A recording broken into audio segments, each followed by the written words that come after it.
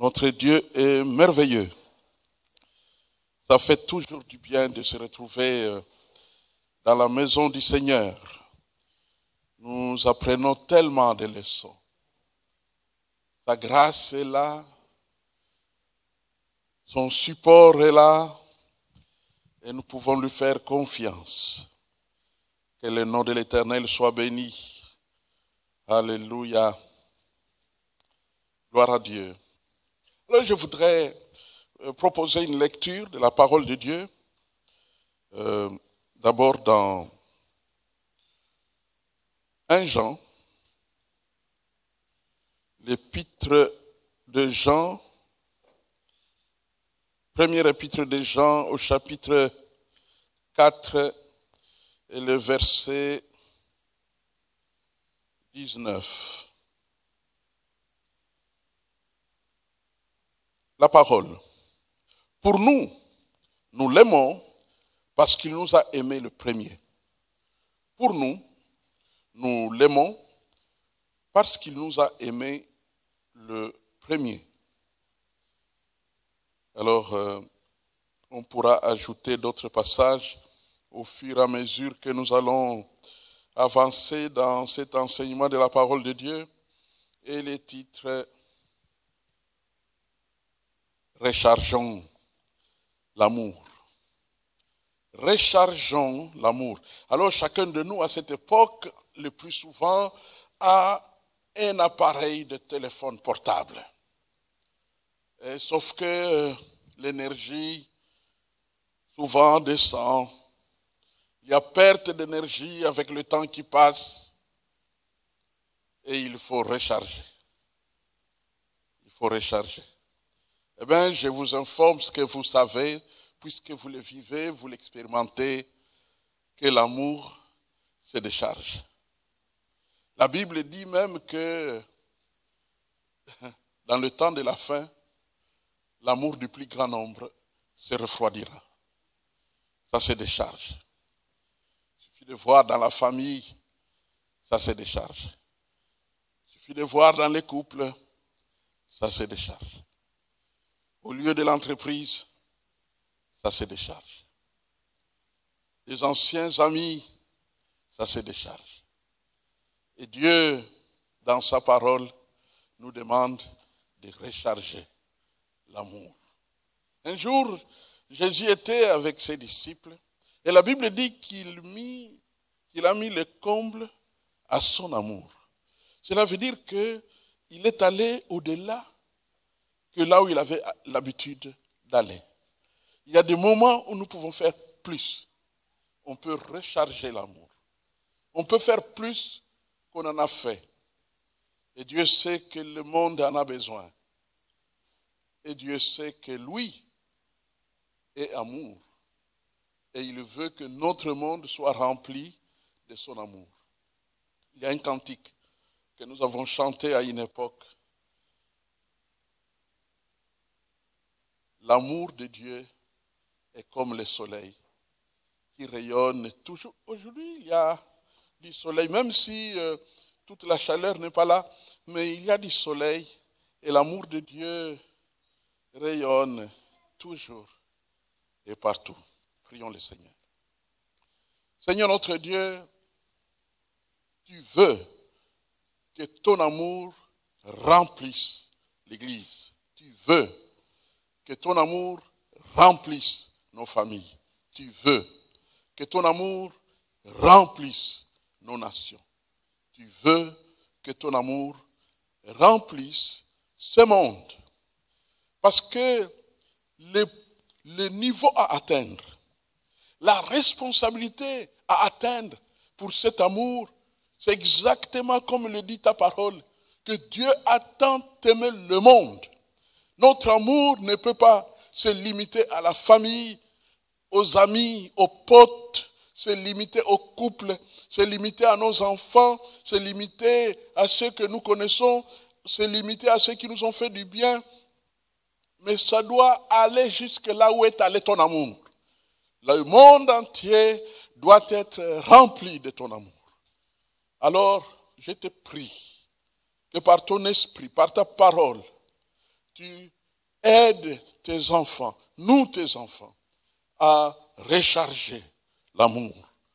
Cet amour qui perd de l'énergie, qui bat de l'aile, recharge l'amour. À tous ceux qui veulent surtout, recharge l'amour.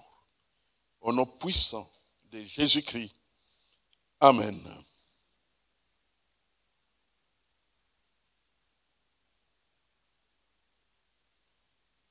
Tu aimeras ton prochain comme toi-même. Alors, ça c'est ça, la clé que Dieu a donnée si nous voulons aimer comme lui. D'ailleurs, il l'appelle le premier commandement. Le commandement de l'amour. D'abord, tu aimeras le Seigneur, et puis, qui lui est semblable, c'est-à-dire qu'il est complète, tu aimeras ton prochain comme toi-même. Tu aimeras ton prochain. Le prochain, c'est qui?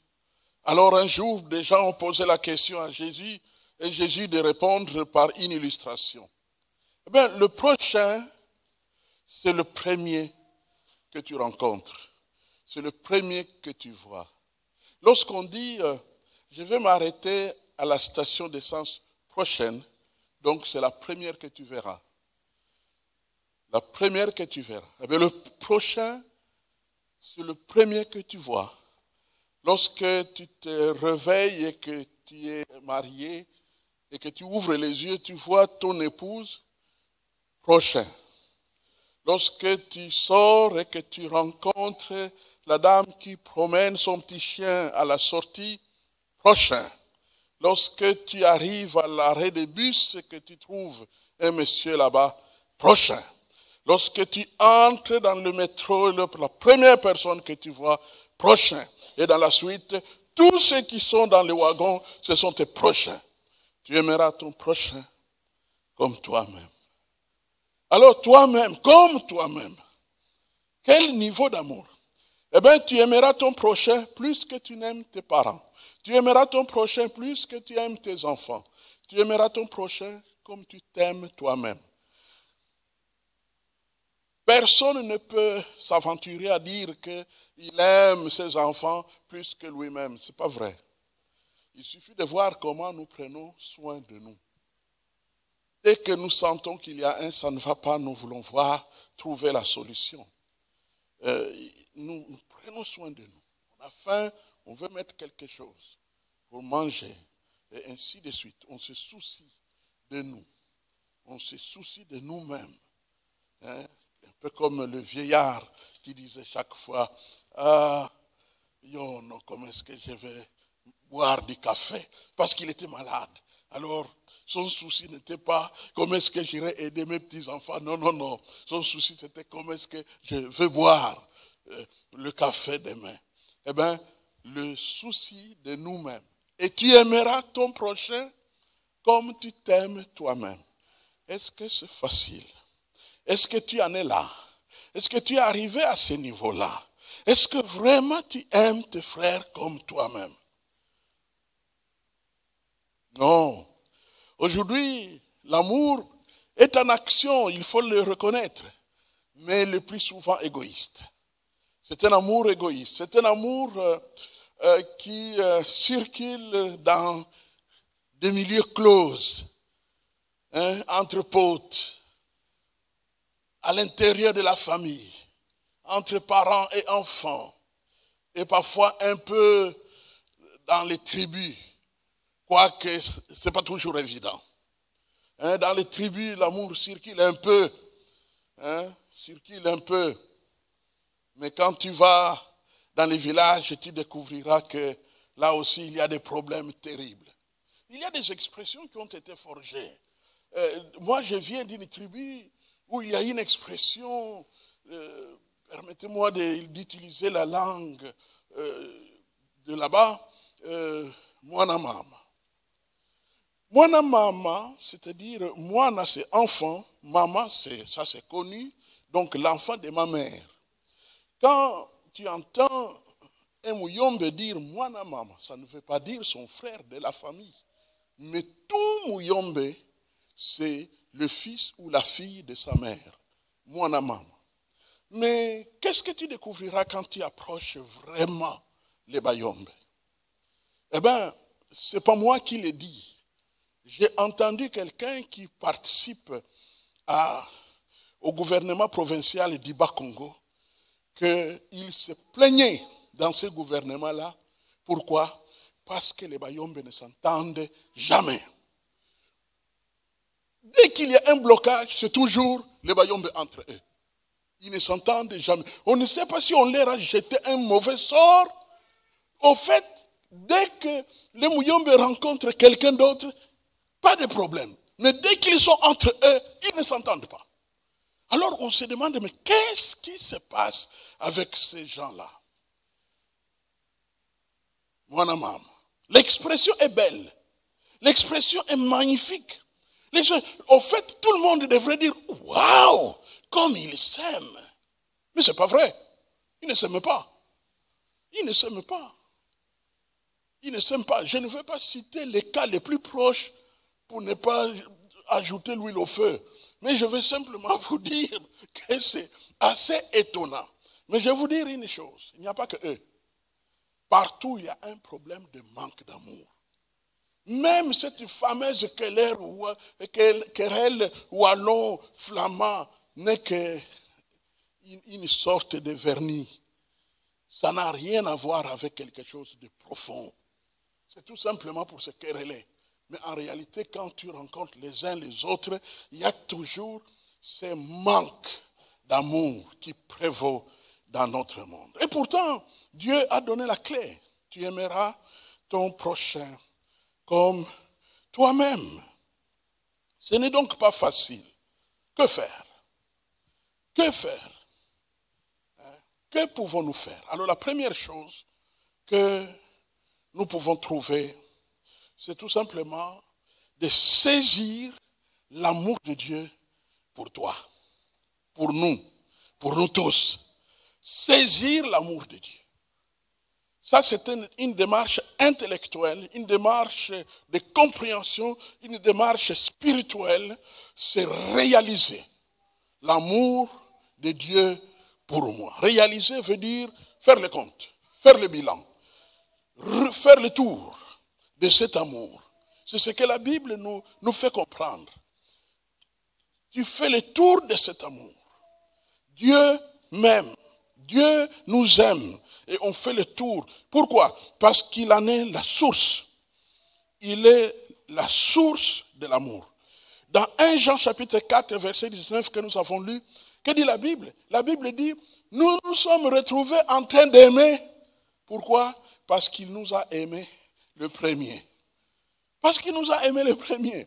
Donc, en d'autres termes, comme Dieu d'ailleurs est numéro 1 en tout, il est dans l'amour aussi, il est le numéro 1. Il prend l'initiative, il fait le premier pas. Et donc, il nous a aimés. Il a donné le ton à la vie sur la terre.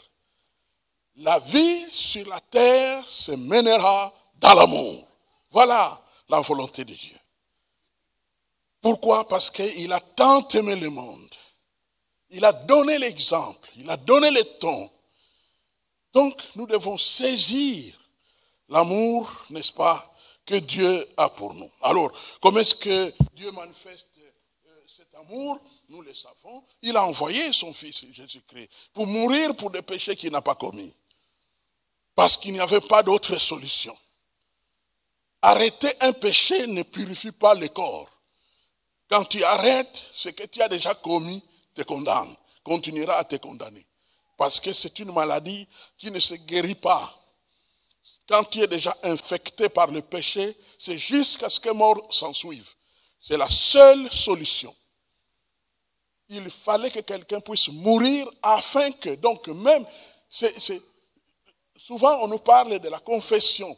Eh bien, la confession n'est devenue possible que parce que Jésus est mort. Si Jésus n'était pas mort, on ne peut pas confesser. Tu confesses, ça ne marche pas.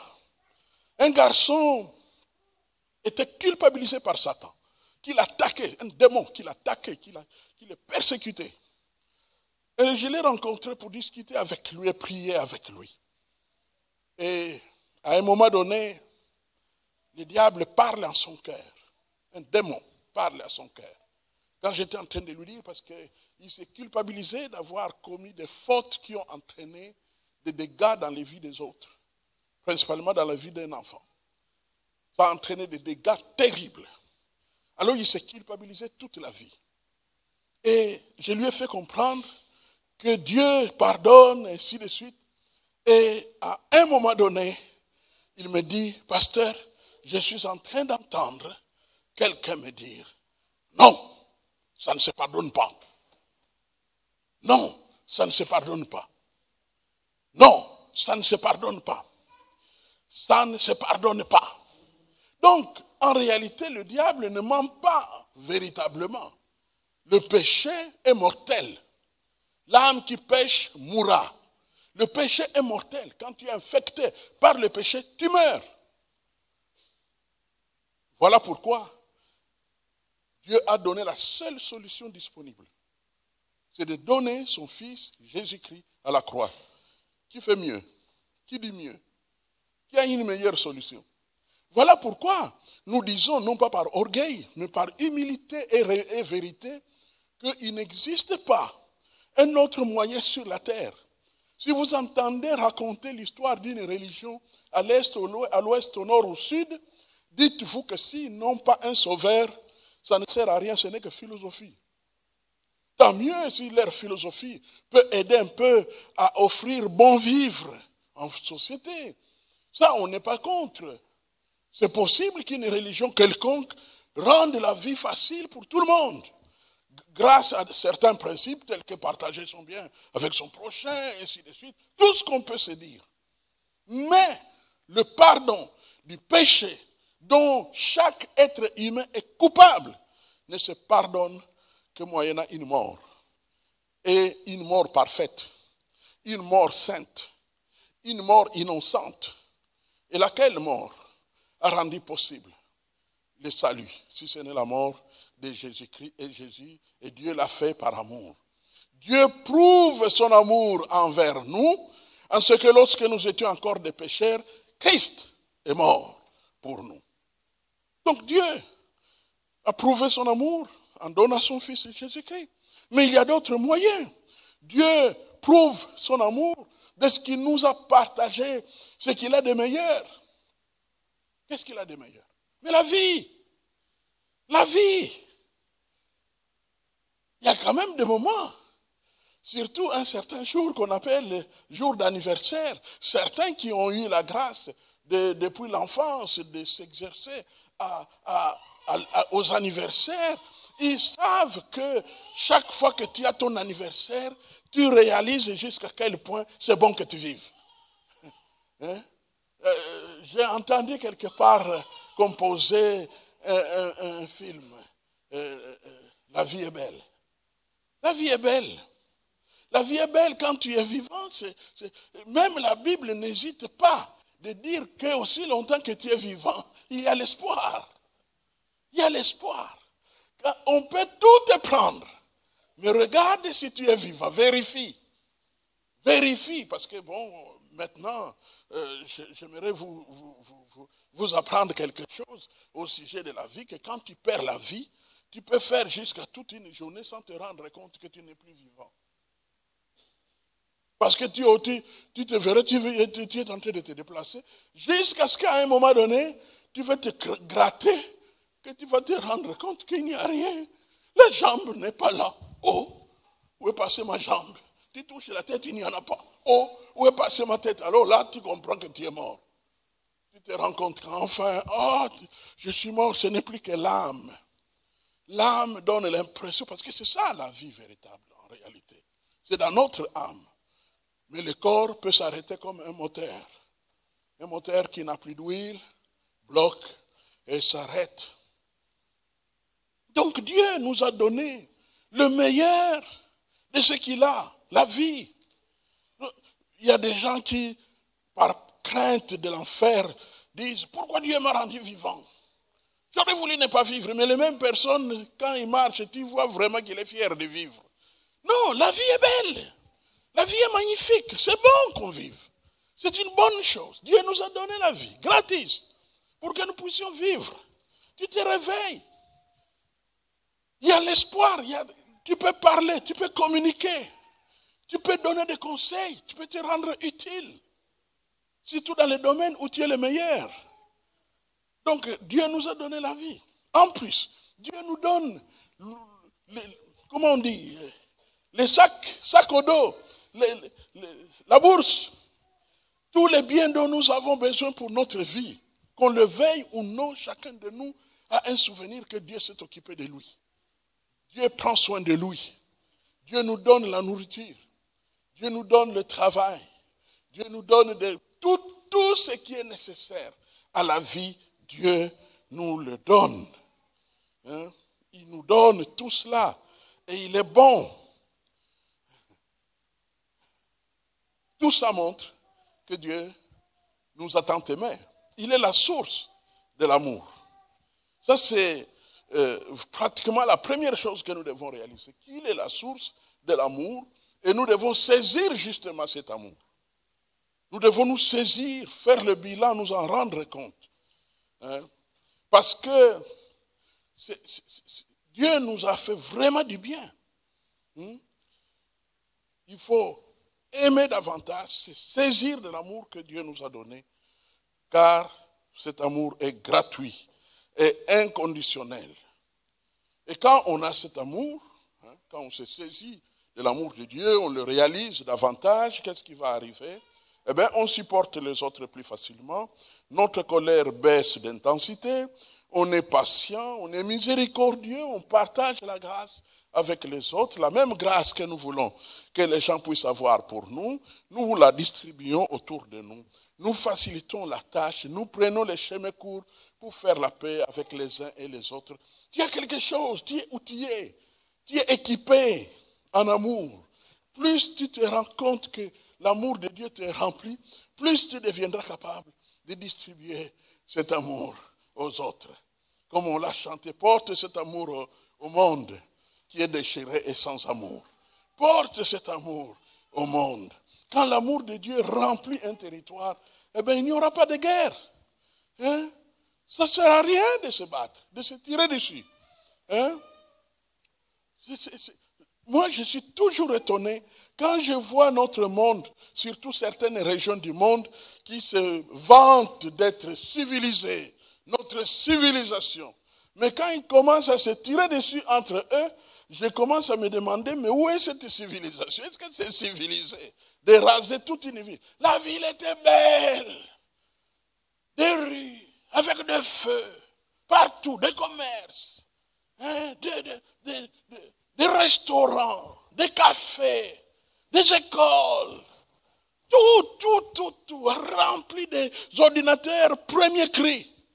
Mais dès que la colère intervient parce qu'il n'y a pas d'amour, boum, on bombarde tout et puis à un moment donné, ça devient pire que mon village, là-bas en Afrique. Et je te dis, mais qu'est-ce qui se passe? C'est un problème d'amour de Dieu. L'amour de Dieu ne circule pas. L'amour de Dieu ne circule pas. Nous devons donc saisir, plus tu saisis cet amour, plus tu deviendras capable de le distribuer autour de toi. Quand on n'a pas réalisé qu'on est aimé par Dieu, eh bien, il y aura toujours des problèmes. Et je vais vous dire que le pardon, c'est le niveau élevé du fonctionnement de l'amour de Dieu. Le sommet, ça c'est ça, le pardon. Quand tu pardonnes, là tu as vraiment fait des prouesses, tu as progressé. Parce que Dieu pardonne justement par amour. Il pardonne. Le coupable n'est plus coupable. Quand tu es faible en amour, quand la dose de ton amour est au plus bas, qu'est-ce qui va se passer? Eh bien, le plus souvent, tu ne pardonnes pas. Tu fais payer. Tu fais payer en humilité, en colère, en méchanceté, et ainsi de suite. Il faut que tu montres aux gens que tu casses, tu payes, et ainsi de suite. Tu es sans pitié. Mais quand l'amour te remplit, eh bien, tu distribues l'amour. Tu donnes aux gens les chemins les plus courts pour s'en sortir. Parce qu'il y a l'amour de Dieu qui rayonne dans ton cœur et qui remplit ton cœur. Et vous savez qu'il y a des phrases telles que tout se paye ici-bas. Ça, c'est pour les gens qui n'ont pas encore réalisé que l'amour de Dieu est un amour coupé court. C'est un amour chemin court. C'est un amour qui facilite la tâche à résoudre les problèmes de la manière la plus facile. Qui pardonne celui qui... Vous savez le mot miséricorde, n'est-ce pas? On ne punit pas les gens comme ils le méritent. C'est ça c'est Dieu dans son amour. Donc ce n'est pas que ce que tu paies. Non. Le karma là, non. Non. Notre Dieu est un Dieu qui facilite la tâche, qui prend les chemins courts. Qui prend les chemins courts. Vous savez qu'il y a des moments où les hommes, les femmes que nous sommes, nous avons parfois connu des problèmes graves dans la vie. Quelles sortes de problèmes, vous les connaissez? Nous avons été blessés par nos proches, n'est-ce pas? Maltraités, exploités, rejetés, trahis, et ainsi de suite. Je n'oublierai jamais, je venais d'être renvoyé, en fait, d'être expulsé de la classe. Je crois que j'étais en 5e des humanités parce que je n'avais pas payé le Minerval. Alors, j'ai commencé à me demander que faire. Alors, j'ai commencé à penser à tout ce qui pouvait m'aider. J'ai fait une liste mentale des gens qui pouvaient m'aider. J'ai pensé à un oncle, celui qu'on appelait qu'il était mon oncle. J'ai pensé à X, Y, j'ai pensé à tout le monde. Et alors, j'ai commencé à marcher à pied. J'ai commencé à marcher. Vous savez, il y a des territoires, bon, quand vous ne connaissez pas, c'est difficile de réaliser. Mais j'ai marché jusqu'à 12 à 15 heures à pied. Oui. 12 heures à 15 heures à pied. Les pieds étaient gonflés. J'ai marché, je suis arrivé à Tchela. Je suis allé voir un oncle. J'ai passé la nuit là-bas parce qu'il n'était pas là. Et puis finalement, il est venu. Et le matin, avant de partir, j'ai dit, oncle, j'ai un problème très grave. Il faut que je paye les Minerval. Mon grand frère à Kinshasa va envoyer les Minerval. Je pourrais venir te les rembourser. Mais il faut que tu me rendes parce que le temps que les Minerval de Kinshasa viennent, j'aurais fait 2 semaines ou 3 sans aller à l'école. Et l'année risque de devenir compliquée pour moi. Est-ce que tu peux m'aider? Alors il m'a montré un véhicule qui était en panne juste à côté. Et il m'a dit, tu sais, moi je peux t'enseigner la mécanique.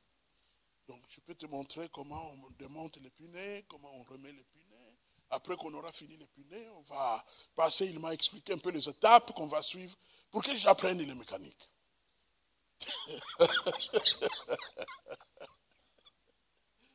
Tu es inscrit à l'école. On t'attend là-bas. Mais on te propose l'alternative. J'ai dit, bon, je pars d'abord ailleurs. Et j'ai encore marché. Je suis allé plus loin. Et là-bas, c'était chez mon frère. Et là encore, j'ai passé la nuit. Et j'ai proposé. Et il m'a dit d'autres phrases. Et alors, maintenant, il fallait reprendre les chemins de retour. Bredouille. Il n'y avait pas de téléphone à cette époque. Il n'y avait pas de téléphone. Donc, tu ne peux pas téléphoner à quelqu'un à Kinshasa pour dire envoie. Non. Il n'y avait pas. Non. Et quand je marchais, je savais que je ne vais plus étudier. Vous ne pouvez vous imaginer quelle était la misère du petit garçon que j'étais. Mais j'ai continué à marcher, à marcher, à marcher. Et lorsque je suis arrivé au village, pour juste passer au village, et papa m'a dit, le Minerval est arrivé. Alors j'ai pris le Minerval, je suis retourné. C'est pour vous dire que l'amour, c'est un ingrédient dont on a plus que besoin. Et vous avez peut-être souffert de ça, le maltraitance, être exploité, être rejeté, être trahi, des blessures qui ne cicatrisent pas. Toutes ces choses-là. Et vous savez quel est le danger de tout ça? C'est que malheureusement, malgré toi, tu seras tenté à déverser ça sur les autres. Vous savez que certaines méchancetés qui sont distribuées dans certains milieux ne viennent pas nécessairement de ces milieux-là. Elles viennent de loin. On a subi une injustice quelque part et maintenant on vient se venger sur ceux qui sont dans la situation actuelle. Pourquoi? Parce qu'on n'a pas été guéri. Eh bien, je vais simplement vous dire que l'amour de Dieu, c'est un amour qui agit. D'abord, il suffit simplement de t'arrêter sur ce qu'il t'a donné déjà. Et quand tu sais que Dieu t'a aimé pour te donner le salut, t'a aimé pour te donner la vie, il sera capable de guérir ton cœur blessé. Il sera capable de régler tout le reste. Tout le reste. Donc, il faut t'attendre à ce que ton Dieu puisse régler tous tes problèmes. N'aie pas peur de ton avenir. Dieu t'aime. Et son amour est éternel. C'est un amour qui ne recule pas. C'est un amour qui ne tarit pas. Il t'aime. Et alors, tu peux continuer, n'est-ce pas, à avancer avec le Seigneur.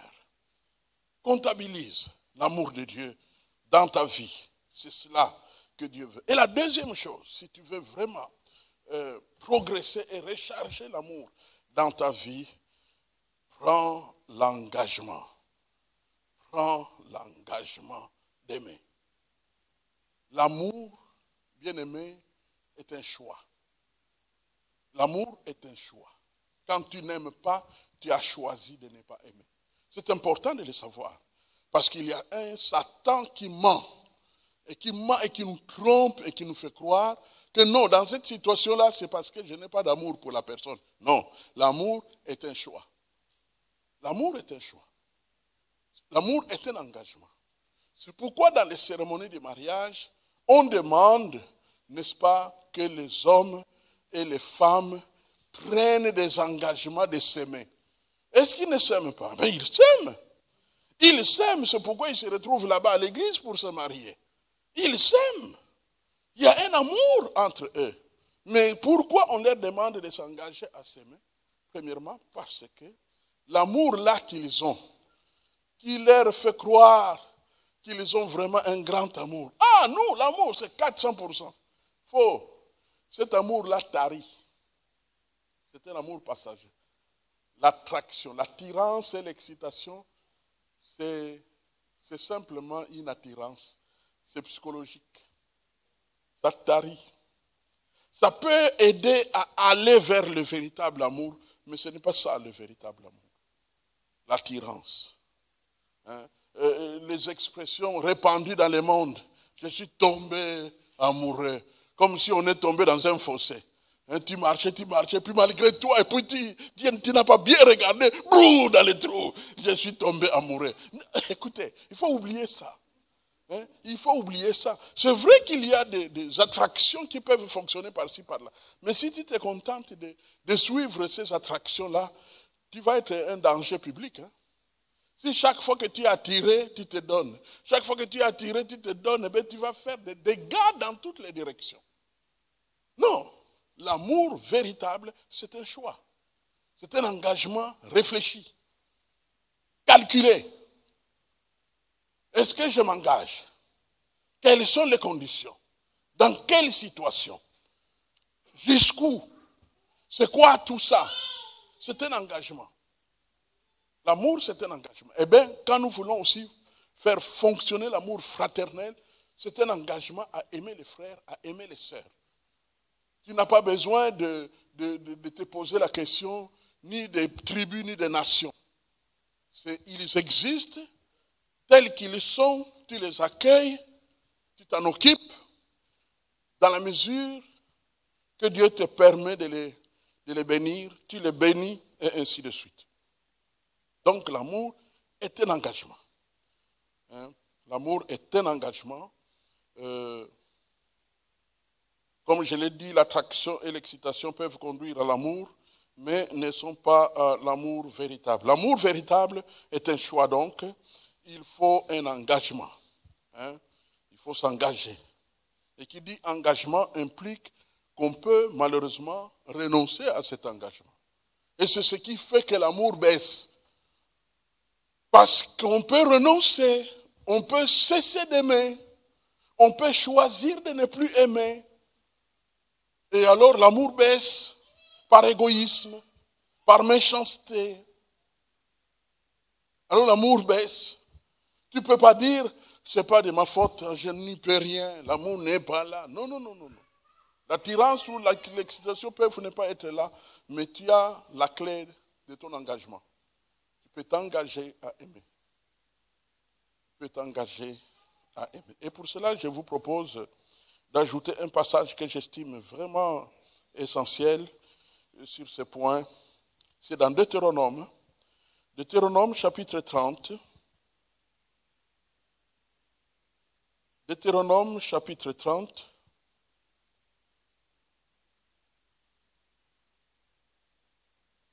Alors, «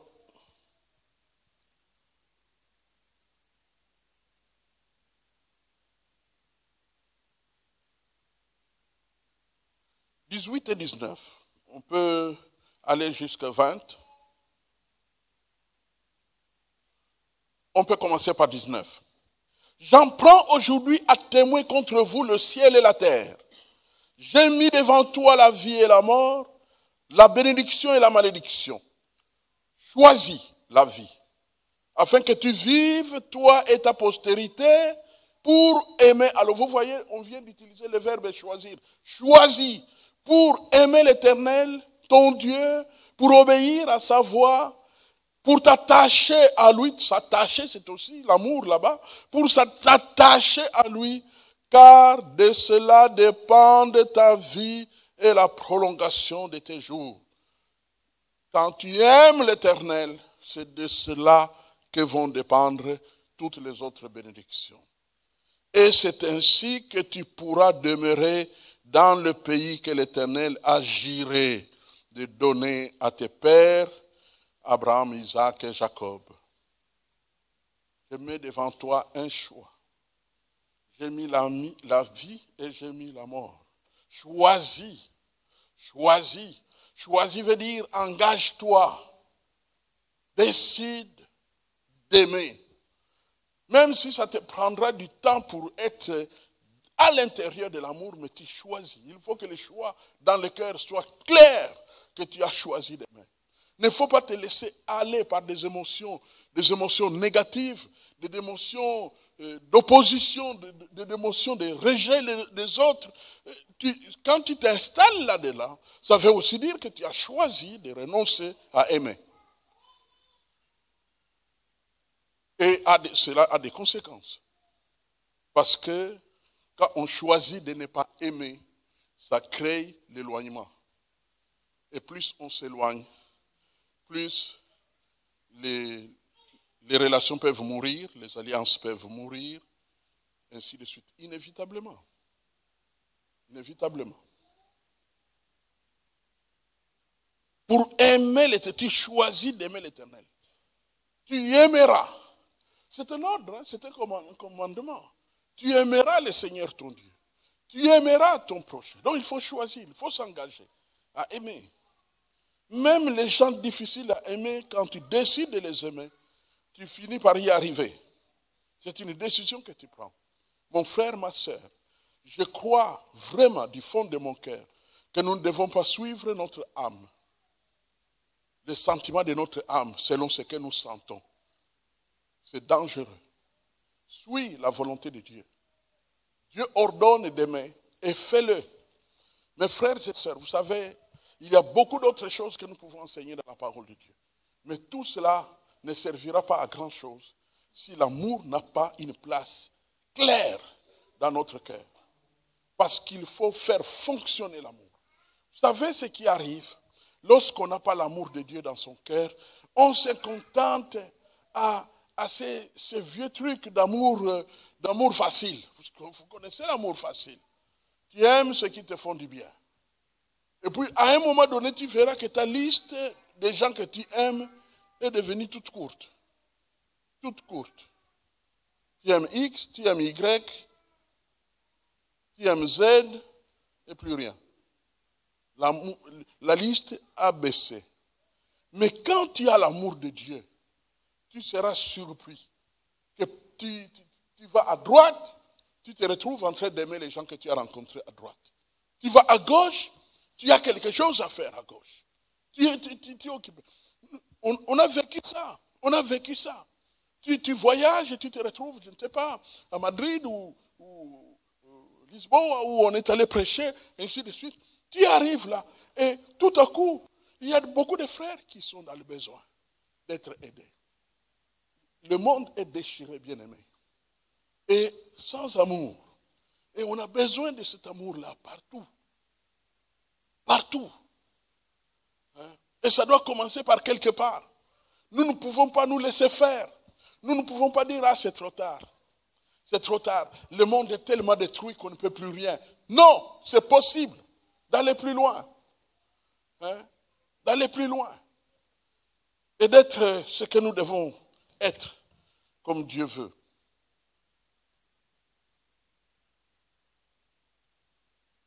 Car de cela dépendra la longueur de ta vie. De cela dépendra la longueur de ta vie. Réalise l'amour de Dieu. Deuxièmement, choisis, engage-toi. Et dernièrement, demande à Dieu. Vous connaissez ce passage, n'est-ce pas? Ce passage de l'épître de Jacques. Si quelqu'un d'entre vous manque de sagesse, si quelqu'un d'entre vous manque d'amour, si quelqu'un d'entre vous manque, qu'il demande à Dieu qui donne à tous simplement et sans reproche. Demande l'amour à Dieu. Demande l'amour à Dieu. Un jour, il y avait un couple très amical avec qui je travaillais dans une école là-bas en Wallonie pour prêcher l'évangile. Et chaque fois, j'atterrissais chez eux. Et puis à un moment donné, vous savez, avec le temps qui passe, j'ai dit que le téléphone se recharge. Et bien l'amour a commencé à se décharger. Et je ne savais pas quoi faire parce que je téléphonais, on ne prenait pas le téléphone. Alors je ne savais plus quoi faire. Et un jour, j'étais visité par ce verset-là de l'épître de Jacques. Et j'ai commencé à prier. J'ai prié dans la direction que Dieu restaure l'amour qui a existé entre ce couple et moi. J'ai prié et j'ai prié. Et j'ai prié encore. Nous étions samedi. Il ne venait pas à l'église. Et dimanche, je suis allé à l'église. J'étais sur le point d'entrer quand nous étions encore à Scarbeck. Vous savez où, pour vous qui étiez là, que les bureaux étaient au début du temple, donc à l'étage. Et donc, je les ai vus passer. Je n'ai même pas eu le temps de les appeler pour les saluer. Mais j'ai dit gloire à Dieu. Gloire à Dieu. Demande et Dieu va te donner.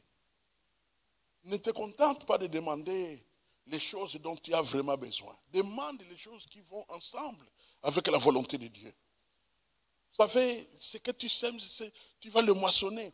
Si tu sèmes abondamment dans l'amour, tu vas moissonner de l'amour de beaucoup de frères et de beaucoup de sœurs. C'est cela. Entoure-toi de l'amour. Il y a beaucoup de maladies qui viennent uniquement comme des maladies d'amour. Pas comme on chante dans le monde, mais maladie d'amour parce que tu n'aimes pas et ton cœur produit des effets, des douleurs, des peines, des déceptions et des tristesses. Et parfois tu commenceras même à mal comprendre les gens. Tu vas les juger faussement et ainsi de suite parce que tu n'es pas dans l'amour. Frères et sœurs, le royaume des cieux est un royaume d'amour. Et Jésus a dit le royaume des cieux est au milieu de vous. Et donc, ce qui fait que nous devons partager cet amour en permanence. Demande à Dieu de te donner de l'amour pour ceux pour qui tu n'as plus d'amour. Demande à Dieu d'élargir de l'espace dans ton cœur pour que tu aimes davantage que les gens que tu aimes aujourd'hui. Tu ne peux pas t'appauvrir, tu ne peux pas t'amoindrir. Vous savez que parfois on aime peu de gens parce qu'on pense qu'on doit être prudent, on doit se sécuriser en n'aimant qu'un petit groupe pour diminuer les problèmes. Mais ce n'est pas ça la mission de Dieu. La mission de Dieu, c'est que nous sommes des rayons d'amour de Dieu. Nous devons faire arriver cet amour au monde. D'autant plus que cet amour, en réalité, est là dans le cœur. Comme nous pouvons le trouver dans Romains chapitre 5.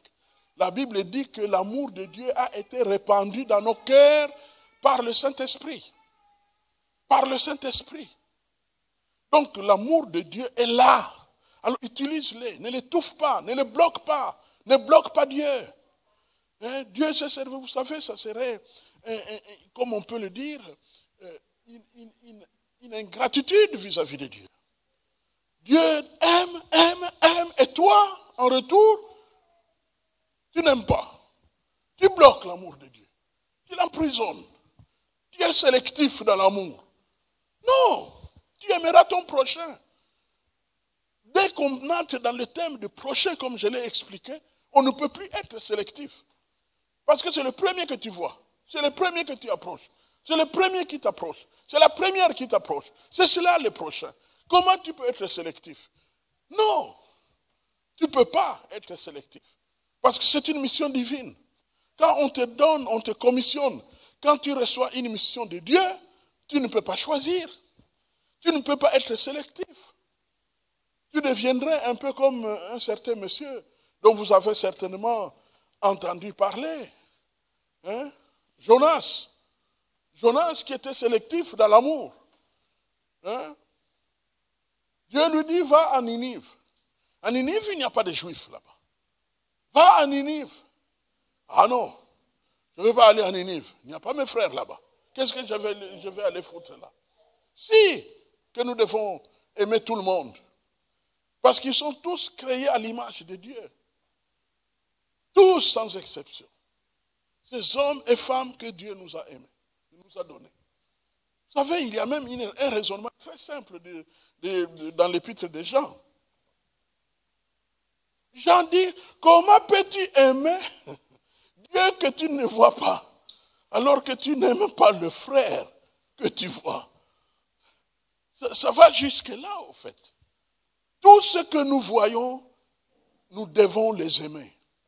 Vous savez, quand il y aura des moments où on te laissera aimer X, on te laissera aimer Y, et on te demande de ne pas aimer X, et on te demande de ne pas aimer Y. Quand on est dans cette situation-là, c'est qu'on ne comprend pas comment fonctionne le royaume des cieux.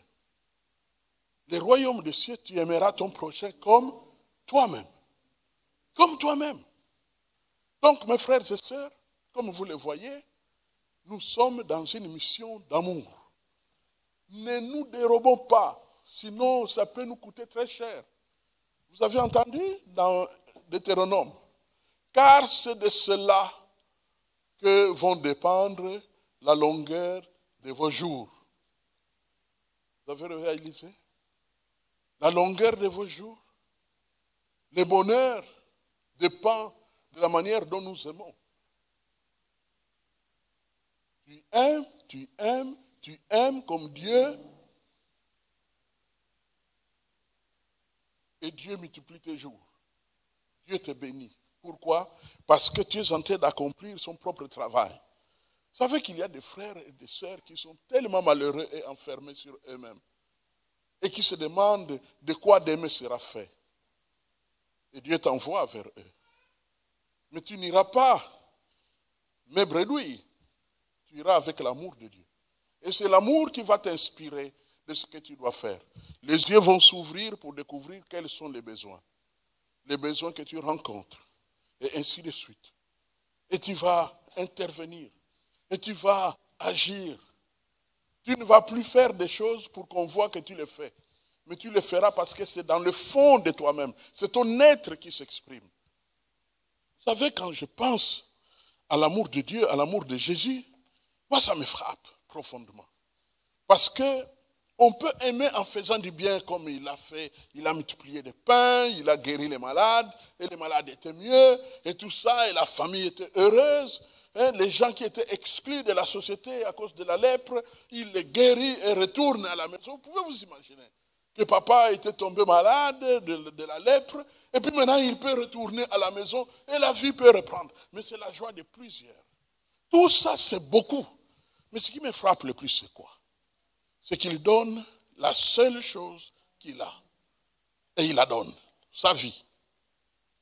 Sa vie. Je meurs pour les autres. Je meurs pour les autres. Et parce qu'il l'a fait, nous devons le faire à notre tour. Nous qui avons bénéficié du salut, eh bien, nous sommes condamnés à être reconnaissants en multipliant des actes d'amour dans toutes les directions. Dans toutes les directions. Et ne soyons pas sélectifs. Visons le prochain. Car nous devons les aimer comme nous nous aimons nous-mêmes. Alléluia. Donc il y a un besoin de recharger l'amour, comme vous le constatez. S'il vous plaît, les frères, les sœurs, les gens, les collègues, partout, dans toutes les directions, ont besoin de nos sourires, ont besoin de meilleurs mots bien choisis de notre part, ont besoin de notre secours, ont besoin de tout ce qui est nécessaire, peut-être un verset biblique, une parole de joie, et ainsi de suite. Et même quand ils réagissent comme il ne fallait pas, nous réagissons par l'amour. Nous ripostons par l'amour. Donc nos armes, désormais, c'est l'amour, l'amour, l'amour. On fusille dans toutes les directions l'amour de Dieu, l'amour de Dieu, l'amour de Dieu. C'est cela que Dieu veut. Alors nous aurons un meilleur monde.